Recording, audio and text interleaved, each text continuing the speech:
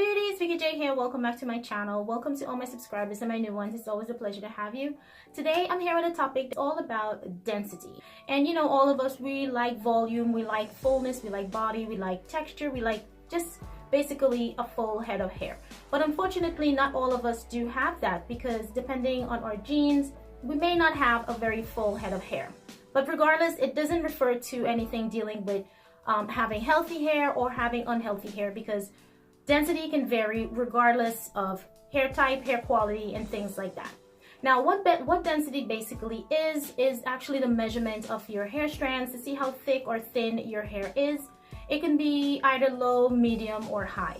Now, low hair density is when the hair strand has a lower average of individual strands on the head, meaning that sometimes it's easier for you to see the scalp, which I don't think any of us really want. Whereas with high density hair, it's not as easy to see the scalp. You have a lot more hair per square inch, and the hair is a lot more thicker and fuller and voluptuous. It varies, as I said, and it could be male, female, it doesn't matter. Now, there are simple ways that you can go ahead measuring the density of your hair. All you have to do is pull your hair into a ponytail, and you're going to be measuring the circumference of that ponytail. Now, if you have low density, you will measure less than 2 inches. If you have medium density hair, you will measure between 2 or 3 inches. And if you have high density, you're going to be measuring about 4+ inches in circumference of your ponytail. Right now, I'm just brushing all my hair back into a smooth, slow ponytail. I'm just using this elastic band. I'm just gonna wrap that around the hair. It's not too tight, so it doesn't pick up a lot of space for me to get a recording, opposed to if I use a thicker band. Now I'm just taking my measuring tape and I'm just gonna wrap that around the base of the ponytail, snug enough so I can get a accurate reading. And when I release that measuring tape, I'm just going to document the number that I got, and right here I see that I am a number 3.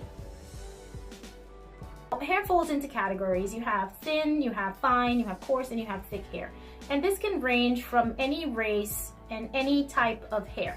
Now, basically what it is how densely packed the follicles are on a person's head. Now, for example, for a person that has thick and coarse hair, if you have high density rate, your follicles are going to be so densely packed that you're going to look as though you have a lot more hair because of your follicles being so densely packed. But if you have a low density rate, the hair is going to appear very limited on your head. Reason being, your follicles are not densely packed to make you have that voluptuous volume that you were looking for. A person that has fine or thin hair, they can have a high density rate, meaning that their follicles are densely packed, which just automatically makes it look as though they have a lot more hair than they should, even though they have fine hair. It goes both ways, because a person can have fine and thin hair, and they can have low density to their hair, and that's going to make them look as though they even have less hair than they actually had. It really doesn't matter if you have fine, thin hair, or even coarse or thick hair. Thin hair doesn't mean low density. Thick or coarse hair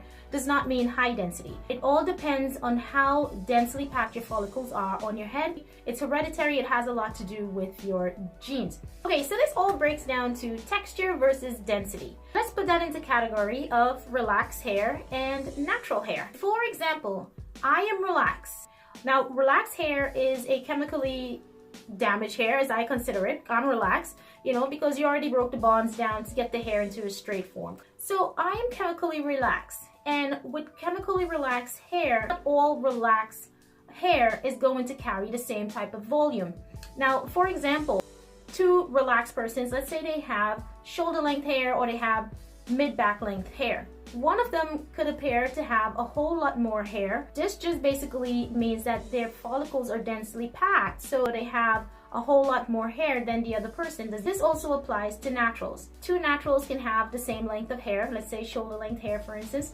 One of the natural hair can be a whole lot more fuller and bigger. This just basically means that their follicles are much more densely packed, so they have a lot more hair to work with. Compared to the other naturals, just that your follicles are not densely packed. You have hair, but you don't have a whole lot of hair to deal with. So which means one person just has low density hair, the other person has high density hair. It's just something that we all have to kind of understand, because all of us, we do want to have full hair, we want to have a lot of volume, we're using a lot of products to make ourselves have thicker, fuller hair. But this again, also, it just has to do with what you have inherited. But there are ways that you can increase the density of your hair naturally. Number one, you can start doing more massages to your hair. Massaging the hair does stimulate blood flow to the surface. So you can also use natural oils, coconut oil, olive oil, castor oil, argan oil, massaging that into the scalp on a daily basis or as needed. Also, you can drink a lot of water, change your diet, eat a lot more healthy foods. Those two can aid in the appearance of your hair, promoting growth and things of that nature. Now, if your issue is something a lot more serious that needs medical attention, I'm not advising that you can use any of these tips. It's best to see a medical provider in order to get some type of further information as far as your issue and things like that. But this video basically was not pertaining to any type of hair loss, just dealing with hair density and to see how thick or thin your hair is. Now, I hope I kind of enlightened you guys a little bit so you can understand, it has a lot to do with your genes and the type of hair that you actually have, and to know exactly where you lie as far as having low, medium, or high density hair. So I hope this video again was helpful to you guys. Don't forget to comment, like, and subscribe. Do hit that bell on your way out to be notified of all my future videos, and I'll catch you in my next video.